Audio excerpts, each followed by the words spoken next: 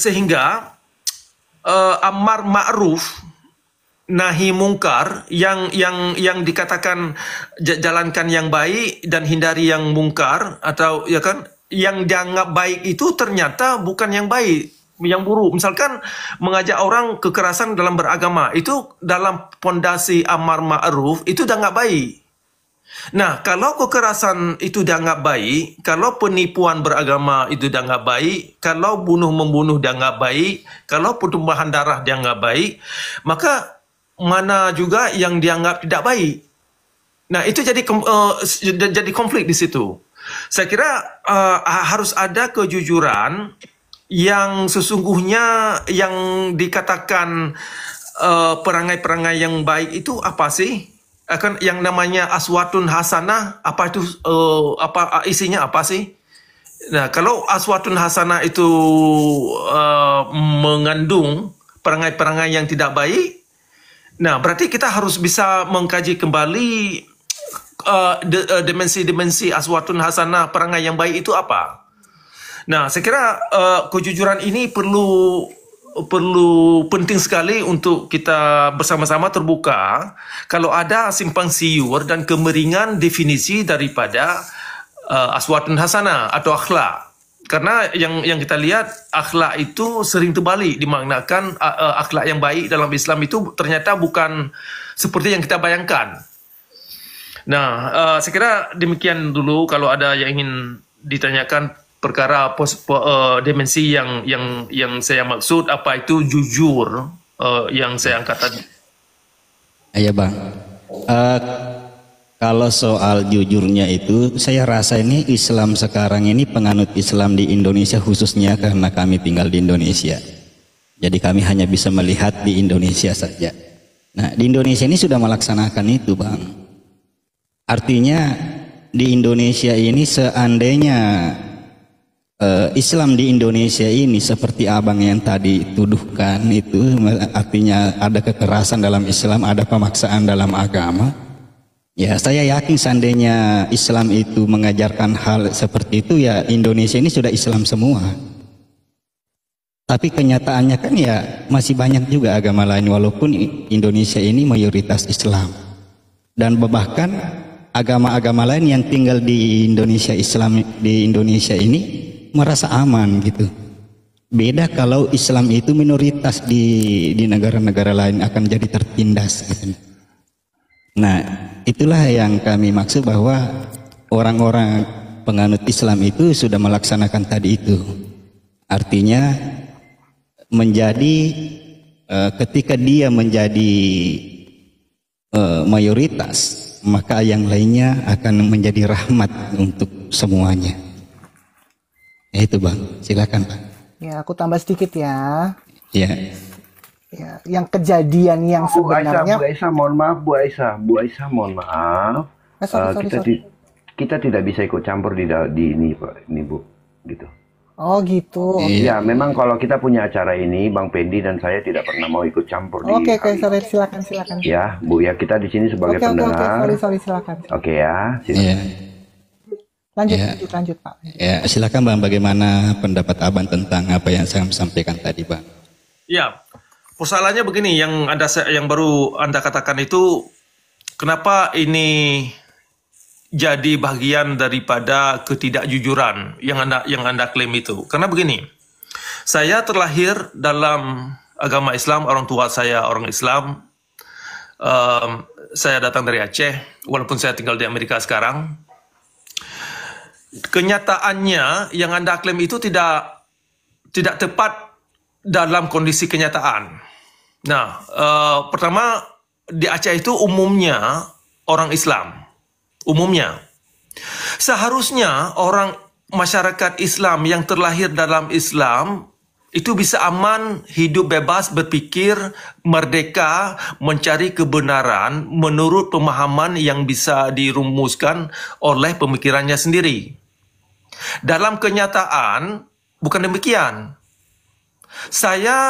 Bukan hanya saya, ada beberapa rekan-rekan lain yang ingin berpikir, mereka ini takut berpikir karena nyawanya terancam. Jadi yang saya angkat ini, yang saya maksud jujur itu tadi, coba kita jujurlah tentang kenyataan yang ada dalam alam. Bahwasanya masyarakat Islam tidak punya kebebasan berpikir terhadap makna Al-Quran, sehingga mereka tidak bisa merumuskan di luar dari apa yang digariskan. Ini contoh ya, yang paling sederhana masalah puasa. Itu kan orang punya warung yang buka warung jual nasi siang hari itu diancam. Nah, orang yang mencoba mengemukakan bahwasanya ada alasan lain kenapa mereka buka warung, nah itu mereka diancam dan diancam murtad. Kemudian persoalan jilbab bagi wanita. Bukan semua orang Islam di Aceh itu yang lahir dalam komunitas Islam kepingin pakai jilbab, termasuk ibu saya. Ibu saya, mamak saya yang sudah terlahir dalam Islam, dia tidak mau pakai jilbab. Nah, tetapi dia harus paksa pakai jilbab karena ada syariat Islam. Jadi, inilah kenyataan yang ingin saya mengajak saudara untuk jujur terhadap klaim-klaim yang seperti yang Anda bilang, bahwasanya orang Islam itu di Aceh itu aman karena mereka mayoritas. Itu satu klaim yang sungguh keliru. Nah, kenyataannya di Timur Tengah sekarang, itu kan kebanyakan orang Islam. Tetapi kebanyakan kondisi masyarakat itu kan kok bisa ambaradul. Di Palestina, Anda lihat sendiri, itu kan umumnya orang Islam. Nah, sekarang kenyataannya Islam tidak bisa membawa umat kepada rahmatan lil alamin seperti yang diklaim. Karena kenapa? Karena persoalan karakter dan akhlak itu tadi. Karena sangat berkaitan dengan doktrin yang diajarkan, yang dimaksud aswatun hasanah ternyata terbalik. Yang dimaksud kelakuan baik ternyata terbalik. Misalkan tadi saya mengajak persoalan jujur. Dalam koridor syariat Islam, jujur itu adalah sesuatu hal yang sangat tidak baik. Jadi terbalik. Jadi Islam itu mengajak kita harus bohong. Kalau kita berani bohong, itu bagus. Itu menambahkan iman kita. Semakin kita banyak berbohong dalam beragama, itu semakin bagus. Karena itu sudah bagian daripada amar ma'ruf. Jadi berbohong itu adalah bagian dari amar ma'ruf. Sehingga inilah yang jadi terbalik logikanya. Yang membuat masyarakat ini terus terlilit dalam confusion, ya, dalam kebingungan mana sih yang namanya yang baik, mana sih yang tidak baik. Ini persoalan yang cukup rumit saya kira, tetapi persoalannya sebenarnya bukan tidak begitu rumit.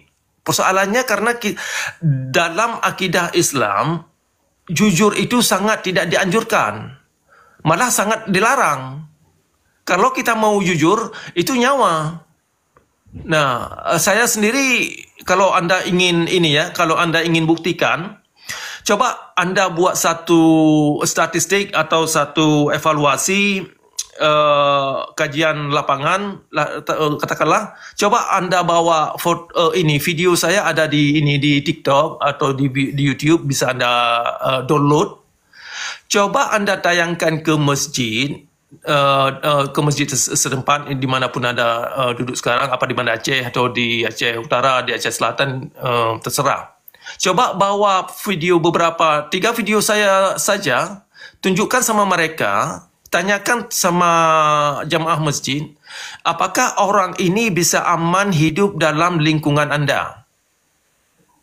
Nah, ini pertanyaan yang perlu Anda tanyakan. Apakah orang ini bisa hidup atau bisa bertamu ke rumah Anda, duduk, bisa aman, berdialog dengan tertib?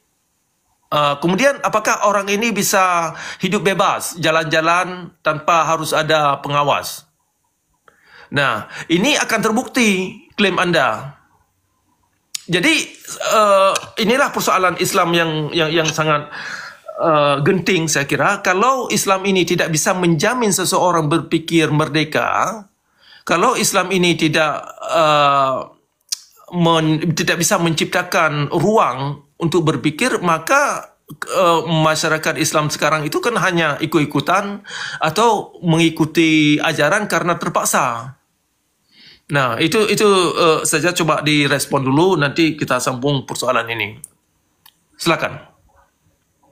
Ya Bang, tadi ini saya mendengar satu kalimat tadi bahwa kita dipaksa untuk tidak jujur. Nah, kami ini sudah puluhan tahun belajar di Islam dan mengamalkan ilmu-ilmu Islam. Dan itu sih kayaknya apa tadi pendapat Abang itu tidak ada deh dalam apa yang kami temukan. Bahkan kejujuran itu sangat dianjurkan dalam Islam itu. Bahkan itu adalah keutamaan kita. Ya. Jadi tadi bahwa kita dipaksa tidak jujur itu apa yang kami rasakan sekarang ini tidak, sangat bertolak belakang sekali dengan narasi Anda tadi, Pak. Ya. Oke, begini ya, mungkin perlu ada satu kajian di lapangan, kalau boleh Anda, karena ini perlu kita buktikan. Dalam hal ini, pertama begini, saya mencoba, kalau Anda mau, coba buat satu analisa, satu kajian, bawa video saya ke Masjid Raya atau ke masjid di mana saja, tayangkan video itu kepada jamaah, tanyakan sama mereka, apakah orang yang demikian ini, yang berpendapat demikian ini, bisa aman hidup dalam komunitas orang Islam. Itu satu, ya kan? Kemudian yang kedua, apakah kajian terhadap ajaran-ajaran dalam kitab fikih yang menyerukan umat kepada kezaliman bisa diangkat ke permukaan untuk bisa didiskusikan secara publik? Contoh, ini contoh. Hadis Nabi Muhammad menyerukan umat bakar rumah orang sekalian orangnya di dalam yang lengah ke masjid.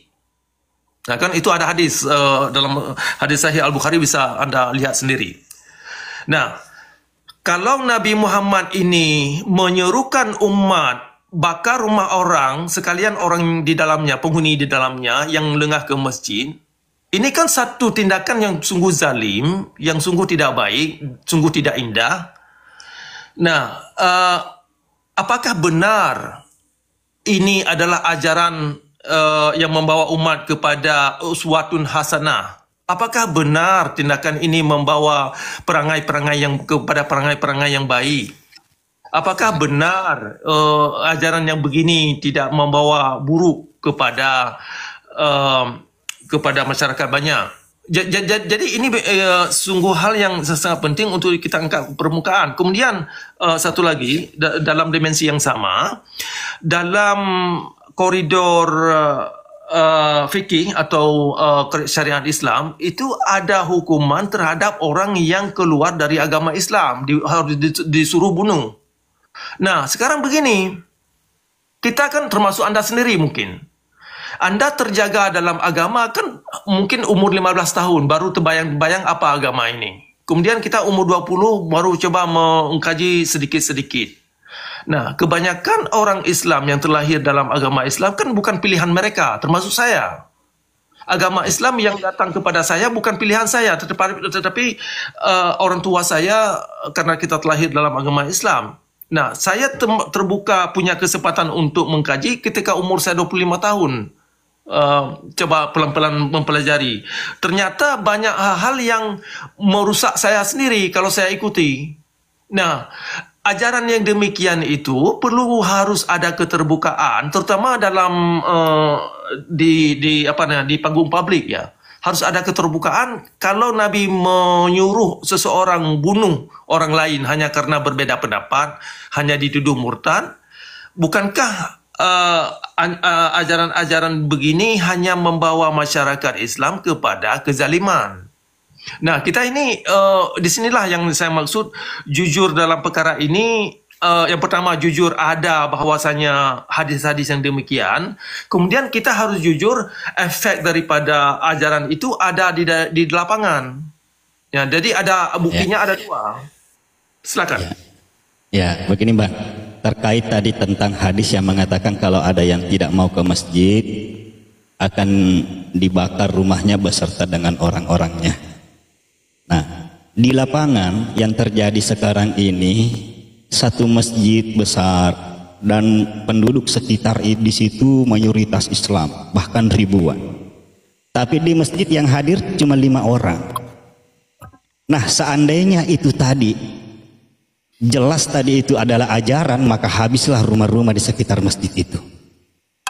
Tapi kenyataannya sekarang enggak. Masih banyak kok. Nah, itu tadi. Jadi saya hanya menyampaikan bukti yang ada di lapangan. Nah, jadi perintah yang ada di situ itu mengandung makna, Pak. Ya. Bukan secara tekstual begitu. Karena seandainya ajaran itu seperti apa yang Bapak tadi sampaikan, maka habislah rumah-rumah di Indonesia ini, Pak. Yang hadir di masjid paling 5 orang, 10 orang. Padahal jutaan manusia di sekitarannya, ratusan rumah bahkan ribuan rumah di sekitar masjid itu sendiri. Tapi sampai hari ini belum ada kok rumah terbakar gara-gara tidak mau ke masjid. Ya. Begini, ada hal yang mungkin salah dimengerti ya. Yang pertama, saya ingin mengajak Anda untuk jujur bahwasanya hadis itu ada. Itu satu dulu. Ya, hadisnya ada. Nah, itu ada. yang pertama. Kemudian dalam masyarakat Aceh itu ada tradisi halal darah, ya kan? Ya. Ada tradisi halal darah itu ada kaitannya dengan sunnah, dengan hadis yang saya sebutkan itu. Nabi menyuruhkan umat untuk membunuh orang yang dianggap keluar dari Islam. Nah, jadi tabiat halal darah dalam masyarakat Aceh itu bukan oknum, tetapi memang ada kaitannya dengan syariah. Nah, jadi timbul pertanyaan, kalau memang ada kebenaran dalam Islam, kenapa Nabi menyuruhkan umat harus membunuh? Nah, sekarang harus ada jalan keluar. Kalau kita tidak menginginkan ada tabiat bunuh-membunuh dalam masyarakat Aceh, maka kita harus berani mengangkat tabiat Nabi. Kalau tabiat Nabi Muhammad, seperti yang diterangkan dalam kitab hadis, dalam kitab fikih, mengangkat semangat umat untuk saling bunuh-membunuh, maka Nabi itu sendiri perlu dipermasalahkan. Mungkin ajaran Nabi itu salah. Nah, ini hal yang sangat mungkin salah satu contoh yang bisa ada dua bukti. Yang pertama ada bukti dari ajaran, kemudian ada bukti di lapangan dalam masyarakat. Sudah ada tabiat bunuh-membunuh dari sejak lahir saya, sudah ada tabiat itu, halal darah. Nah, halal darah itu sangat tidak terpisah daripada apa model kitab yang mereka baca. Nah, kemudian terkait dengan syariat Islam sekarang. Dalam koridor syariat Islam, perintah membunuh itu ada. Bukan berarti sudah dilaksanakan, tetapi ada. Nah, jadi syariat Islam itu kan pelan-pelan. Yang sudah terlihat dulu cambuk-cambuk orang. Sekarang sudah ada ancaman terhadap orang yang tidak pakai jilbab. Sekarang sudah ada ancaman orang yang buka warung bulan puasa di siang hari. Nah, nanti tambah itu kan semakin jauh semakin ditambah itu aturan-aturan yang demikian. Bisa jadi nanti pada suatu saat orang Islam itu dilemparkan batu atau potong leher. Nah, ini yang hal yang perlu kita angkat ke permukaan. Yang pertama dari dimensi akidah atau ajaran yang ada dalam kitab fikih. Kemudian apa yang sudah ada di lapangan. Kemarin kan kalau nggak salah beberapa bulan yang lalu, sekitar 1 tahun yang lalu, pesantren Muhammadiyah di Samalanga itu dibakar. Nah, padahal orang Muhammadiyah itu kan masih sembahyang, masih banyak bersamaan lah dengan orang lain. Tetapi kok bisa pondok pesantren Muhammadiyah ini dibakar? Berarti ada hal yang cukup bermasalah dalam ajaran Ahlu Sunnah yang membuat agama Islam ini semakin hari semakin berbahaya bagi masyarakat itu sendiri. Saya sudah merasakan gitu. Nah, kalau Anda bawa video saya ke masjid-masjid, mereka kenal saya. Nah, ini hal yang perlu dipikirkan. Saya ingin dengar dari Anda bagaimana persoalannya terhadap butir-butir ajaran syariat Islam itu yang membawa efek agama Islam ini semakin hari semakin jadi agama yang zalim. Bukan agama yang rahmatan lil alamin, tetapi agama yang zalim. Silakan. Ya. Berhubungan dengan tadi perintah membunuh. Kalau ditanya apakah itu ada? Ada. Akan tetapi di situ ada asbabnya, ada kondisi tertentu. Nah, salah satunya orang-orang yang murtad. Nah, di zaman Rasulullah itu ada memang sekelompok Islam yang murtad pada waktu itu. Dan orang yang murtad tadi ini berbalik arah menyerang Islam. Menyerang secara senjata. Maka disitulah muncul perintah itu. Nah, setelah kejadian itu, setelah tidak ada lagi orang yang murtad tadi ini memerangi Islam, maka tidak ada lagi perintah itu. Artinya dalam kondisi tertentu perintah itu diharuskan. Dalam kondisi tertentu pun perintah itu harus diabaikan. Karena kenapa? Seandainya itu terjadi, Pak, di Indonesia ini saja mungkin ratusan orang murtad dalam setahun. Tapi buktinya belum ada tumpah darah. Belum ada tumpah darah. Nah, jadi bertanya tentang adakah ajaran seperti itu? Ada, tapi digarisbawahi dalam kondisi tertentu. Nah, bahkan di Al-Quran ada perintahnya. Bunuhlah orang yang kafir katanya. Ya, itu di medan perang. Seandainya itu diamalkan orang Islam di Indonesia, maka tidak adalah agama lain di Indonesia ini. Tapi buktinya semuanya ada, bahkan semuanya berkembang dengan baik. Bahkan kita antara agama yang satu dengan agama yang satu itu sekarang ini kita sudah saling membutuhkan. Walaupun kita berbeda iman, tapi kita saling membutuhkan. Nah itu, Pak. Ada kerancuan yang Anda klaim itu terhadap sejarah ya. Ini satu hal yang ingin saya ajak Anda untuk tidak membuat satu klaim persoalan sejarah yang Anda tidak tahu. Persoalan begini. Tadi Anda menyebutkan bahwasanya masa Rasulullah orang yang sudah keluar dari Islam mereka menyerang Islam sehingga mereka dibunuh. Persoalannya Anda tidak berada pada masa itu. Yang ya kan untuk membuktikan bahwa kejadian itu ada. Bahwa seseorang menyerang Islam, orang yang sudah murtad itu keluar dari Islam, kemudian mereka menyerang Islam sehingga mereka dibunuh. Itu suatu klaim yang Anda buat itu tadi bermasalah. Itulah yang saya maksud jujur. Yang saya maksud jujur adalah jangan buat satu pernyataan yang Anda sendiri tidak pernah menyaksikan. Yang Anda sendiri tidak pernah mengalami persoalan yang Anda klaim. Ya. Ya kan? Itu yang saya maksud jujur. Jadi argumennya coba jangan melangkah kepada kepada ranah yang Anda sendiri tidak mengalami, tidak menyaksikan dalam kenyataannya bagaimana. Nah, itu satu. Ya, persoalan yang jelas ada hadis bisa kita baca Nabi menyerukan suruh bunuh orang yang keluar dari Islam. Itu aja yang sudah ada.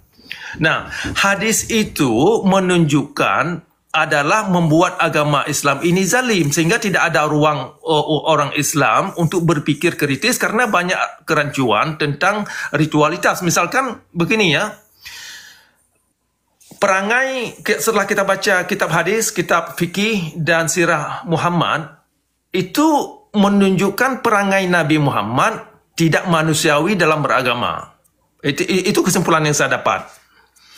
Nah, pertanyaannya begini, kok bisa seorang Nabi yang sudah rajin sembahyang, rajin puasa, rajin segala apa yang diperintahkan agama, ternyata tindakan yang dibuat oleh Nabi Muhammad tidak menunjukkan seorang tokoh yang yang bisa dikatakan punya akhlak mulia atau akhlak yang bagus, akhwatun hasanah, yang hasanah. Jadi perlu dipersoalkan, mungkin Nabi Muhammad yang diterangkan dalam kitab hadis tidak mengerti apa itu salat, tidak mengerti apa itu siyam, tidak mengerti apa itu haji, sehingga perangai Nabi itu tidak membuahkan, karena dari buahnya itu akan Anda kenal siapa mereka. Ya kan? Dari buahnya itu Anda akan kenal siapa mereka. Jadi tidak hanya sekedar mengklaim iman. Makanya saya mengajak ini, ujung porosnya saya ingin memfokuskan proses kejadian manusia itu, perangai baik buruknya itu harus bisa ditelusuri, sehingga kalau ada kekurangan dan kemiringan itu bisa diperbaiki. Jadi saya lebih tertarik melihat hasil daripada yang dikeluarkan oleh kitab hadis, kitab fikih dan sirah Muhammad. Hasilnya karakter Nabi itu bukanlah karakter yang melambangkan seseorang itu karakter yang baik, seperti yang kita baca dalam ayat 4 pada surah Al-Qalam. Wa innaka, sesungguhnya kamu orang yang berkarakter tinggi. Ayat itu tidak bisa dimaksudkan kepada Nabi Muhammad. Kalau Nabi Muhammad kerjanya suruh orang bakar rumah orang. Ya kan? Jadi ada ketidaksambungan persoalan karakter Nabi Muhammad yang ada dalam kitab fikih dengan apa yang kita baca dalam Al-Quran. Jadi dalam Al-Quran dengan kitab Sahih Al-Bukhari itu saling bertentangan, malah bertolak belakang, terutama persoalan perangai, persoalan perangai-perangai yang baik. Nah, ini yang jadi kontra di sini. Kalau secara kolektif, secara global, masyarakat Islam ini tidak bisa menunjukkan kemanusiaan dalam beragama, maka perlu kita lihat asal usulnya itu, doktrin-doktrin yang dianut masyarakat itu bagaimana. Tadi sudah saya tunjukkan beberapa contoh yang perlu kita pahami. Bisa jadi nampaknya, bagi saya pribadi, nampaknya Nabi yang diterangkan oleh kitab fikih, Nabi yang diterangkan oleh kitab hadis, bukanlah Nabi yang dimaksud oleh Al-Quran. Gitu. Nah, ya Bang, tadi Abang mengatakan bahwa saya tidak boleh mengambil satu asumsi karena pada waktu itu saya tidak hadir atau saya belum lahir di saat itu. Nah, persoalannya kan kita di sini sama semua. Di saat itu kita belum ada semua. Kita itu di sini hidup beragama mencontoh kepada orang-orang yang sebagai guru atau sebagai ulama, sebagai penyampai ilmu. Kan kita melihat ajarannya itu dari situ. Nah, dan kita ini semuanya sama. Di saat itu juga Abang juga belum ada pada waktu itu. Jadi Abang juga tidak tahu situasi yang sebenarnya yang terjadi pada saat itu. Jadi kami juga bisa mengambil satu perkataan bahwa Abang juga tidak boleh juga mengklaim seperti itu sebenarnya, karena Abang juga tidak ada pada saat itu. Nah, kemudian antara pertentangan dengan ayat dan hadis itu karena memang di dalam Al-Quran itu ada makna-makna. Dan makna-makna itu disampaikan secara langsung dari hati ke hati sampai turun kepada para ulama, sampailah kepada kami-kami yang hidup saat sekarang ini. Nah, seandainya ajaran itu memang keras, ya mungkin sampai saat sekarang ini pasti tetap keras. Dan alhamdulillahnya kami sangat bersyukur 1400 tahun ajaran ini sudah berjalan. Alhamdulillah adem-adem aja. Tidak ada apa tadi Abang sampaikan tadi itu, tidak ada ibarat katanya tadi bahwa ajaran ini semakin hari akan semakin sadis gitu, akan semakin ekstrim. Tapi 1400 tahun loh berjalan. Ini 1400 tahun itu bukan waktu yang pendek. Nah, bahkan sekarang ini agama Islam itu bertambah lembut. Kemudian ada lagi aturan ketika harus berjilbab, harus apa. Nah, itu kan berjilbab itu untuk menutup aurat sendiri. Nah, tergantung orangnya mau atau tidak. Nah itu Bang, silakan Bang. Baik, nampaknya Anda salah mengerti yang saya katakan tadi.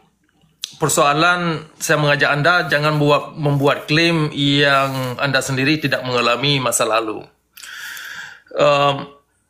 Ketika saya menyebutkan hadis itu saya baca apa yang ada dalam kitab. Karena yang saya baca itu, yang saya tunjukkan itu ada di tangan Anda dan ada di tangan orang-orang lain. Yang saya maksud jangan buat pernyataan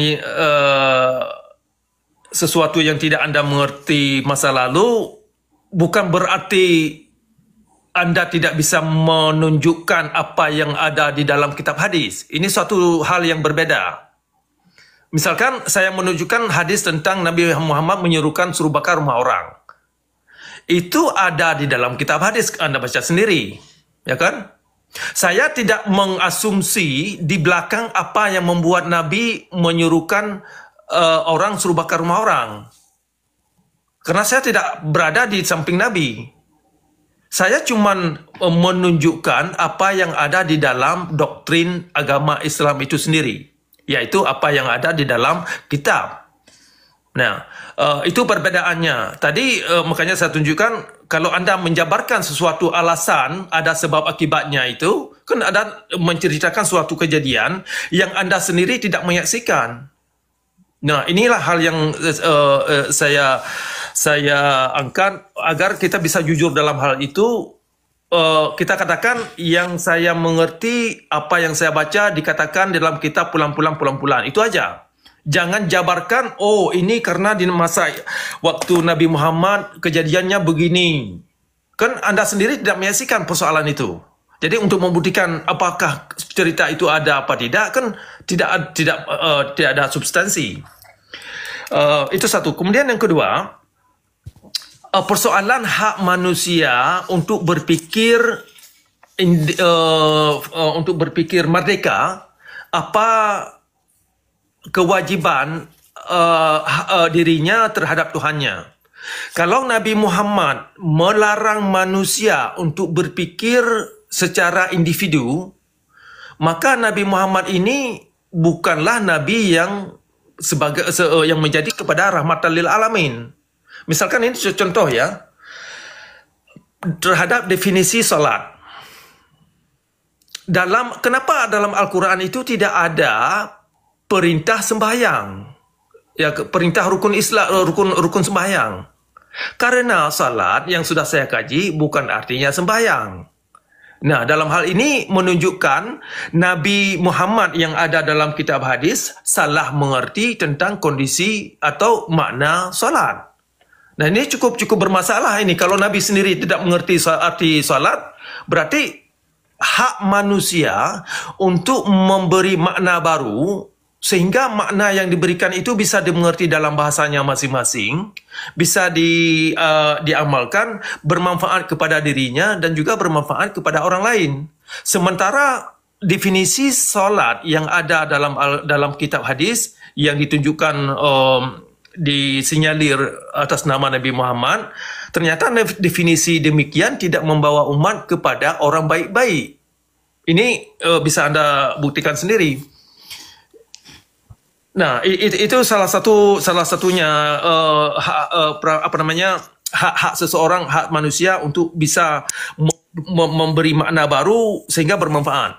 Kemudian kaitan dengan Nabi memaksa orang. Sebenarnya kalau Anda baca Al-Quran itu ada beberapa ayat yang melanggar Nabi, yang mengingatkan Nabi untuk tidak memaksa pemahaman ayat kepada orang lain, kepada manusia.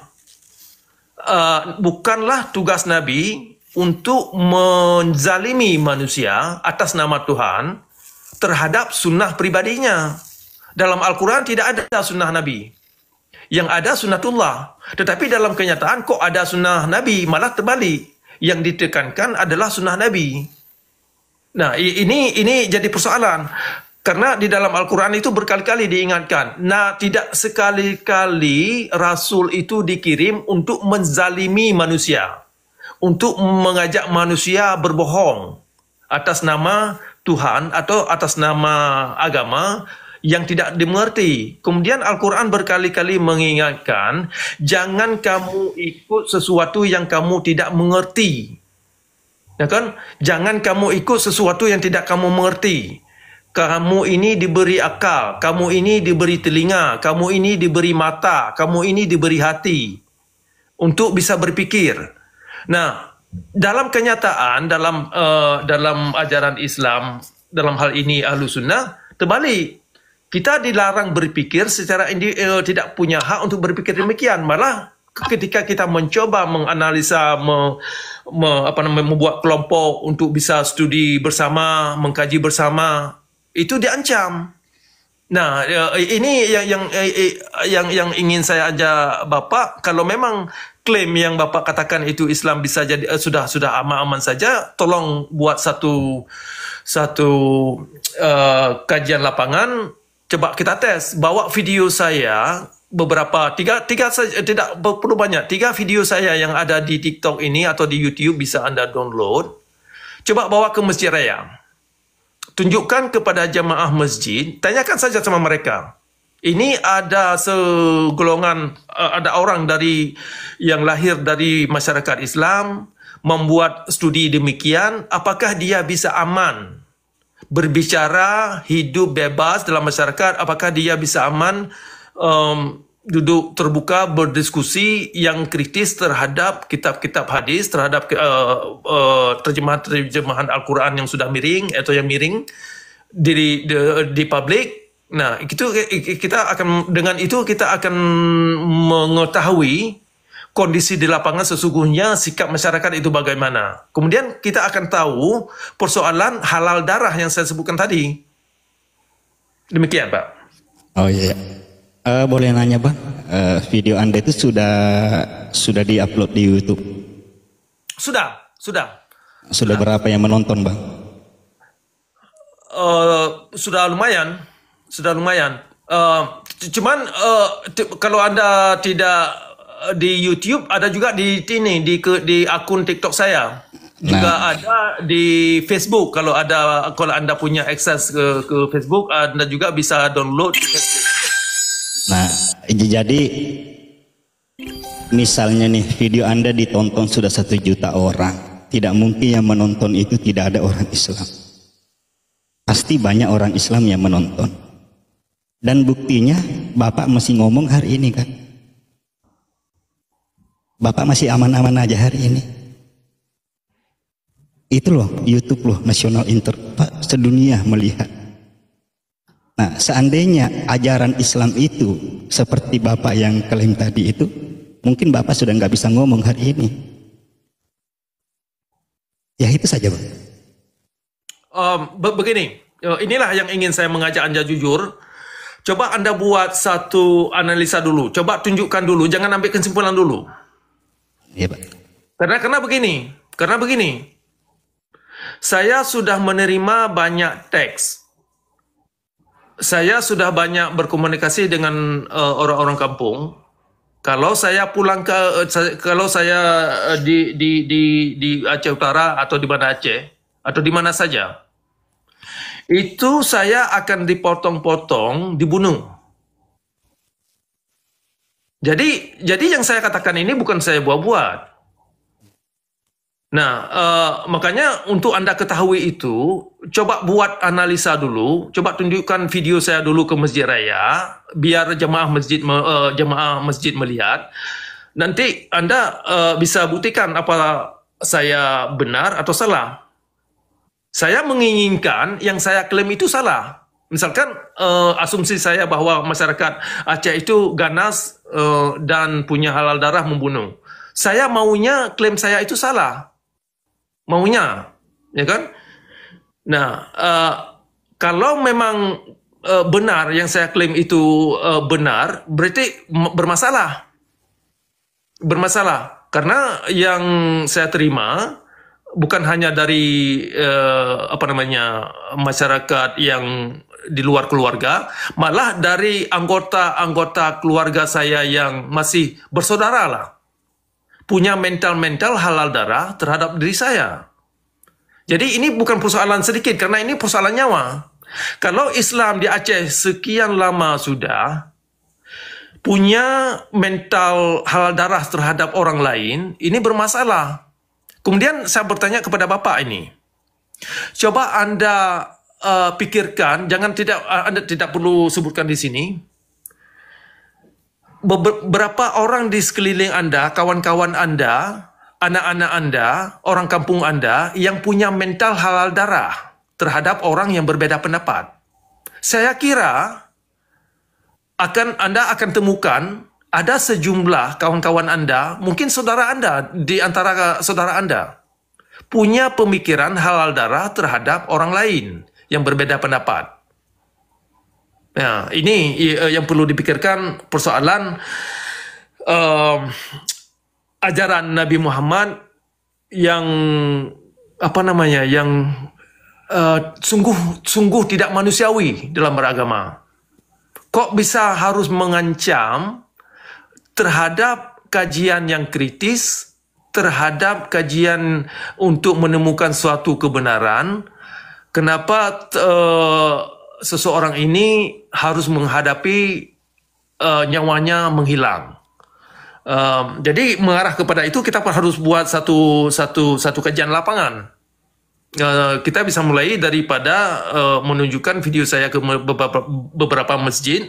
Dengan data itu kita semua bisa melihat, ya kan, bisa Anda tunjukkan kepada orang lain untuk kajian kita berikutnya. Demikian, Pak. Oh iya, Pak, silakan. Ada memang dalam Islam itu memang ada aturan-aturan yang dimana kondisi-kondisi yang harus dijalankan dan dimana kondisi-kondisi aturan itu tidak dijalankan. Nah, berkaitan tadi dengan tentang orang-orang di sekitar saya yang fanatik-fanatiknya, kalau berbicara tentang ada. Tapi kenapa mereka tidak melakukan? Karena para ulama-ulama yang memberikan pengertian tentang aturan-aturan itu. Nah, aturan-aturan seperti itu ketika itu sudah sangat keluar daripada syariat Islam, maka itu ditinggalkan. Nah, jadi adapun misalnya nih kalau ada yang sadis-sadis itu masih berupa oknum-oknum aja. Nah, buktinya di Indonesia ini betapa banyak permasalahan yang dihadapi di sekitaran kita. Dengan berpedoman kepada hadis, berpedoman kepada Al-Quran, maka kita masih adam-adam sampai hari ini. Nah, itu aja, Bang. Ini saya simpulkan bahwa apa tadi klaim Bapak itu, kalau berbicara tentang hukum, ada hukum. Akan tetapi diajarkan juga oleh Rasulullah untuk memakai hukum itu pada tempatnya, bukan sembarang pakai. Nah, dan yang memberikan keputusan itu bukan sembarang orang, Pak. Itu disebut mufti. Nah, artinya orang yang sangat mengenal aturan Islam itu sendiri. Itulah yang boleh memberikan keputusan. Nah, di Indonesia ini alhamdulillah, seandainya tidak ada mufti-mufti di Indonesia ini, ya mungkin kacau-kacau juga. Karena adanya mufti yang sangat paham tentang aturan Islam itu, alhamdulillah aman sampai hari ini, Pak. Nah, itu aja, Pak, karena ini sudah tengah malam, Pak, ya. Kami pamit turun. Kepada Bang Host, terima kasih, Bang, sudah dinaikkan di sini. Salam kenal semuanya, salam persaudaraan semuanya. Siap. Ya, Bang. Ya, minta tolong Bang Host untuk diturunkan, Bang Host. Oke, siap, Pak. Ya. Terima kasih banyak, Pak, diskusinya. Semoga bisa mencerahkan dan bisa menjadi bahan yang baru, Pak, untuk kita bisa melihat pada kenyataannya. Kira-kira seperti itu, Pak, ya. Iya, Bang. Iya, Pak. Ya. Jadi saya rasa sih mungkin Bapak bisa juga sih membuktikan apakah benar atau tidak apa yang Pak Cakram katakan. Jika tidak Bapak bisa membuktikannya, dan kapan-kapan kita bisa bertemu, Bapak bisa membeberkan bukti-bukti yang Bapak sudah riset gitu. Gitu, Pak, ya. Oh, iya, ya. Oke, Bang, terima kasih Pak. banyak, Pak. Sehat-sehat, Pak. Ya, terima kasih, Pak. Ya, makasih banyak. Ya, makasih, Bang. Abang Cakra, makasih. Ya, sama-sama. Oke, di sini ada Pak Muhammad, Bang Nabirong. Oke, Pak Muhammad, silakan Pak Muhammad, mungkin mau menanggapi atau mau bertanya atau apa, boleh silakan Pak. Pak Muhammad, selamat malam Pak. Oke, ya saya sapa dulu ya, dari tadi saya belum sapa juga nih Kak Audrey. Kak Audrey, shalom Kak. Audrey, oke. Oke, Shalom semua, shalom. tiduran. Nggak ketiduran. Oke, mungkin masih banyak yang minta kita naikin dulu ya. Mungkin Pak Muhammadnya sudah ini.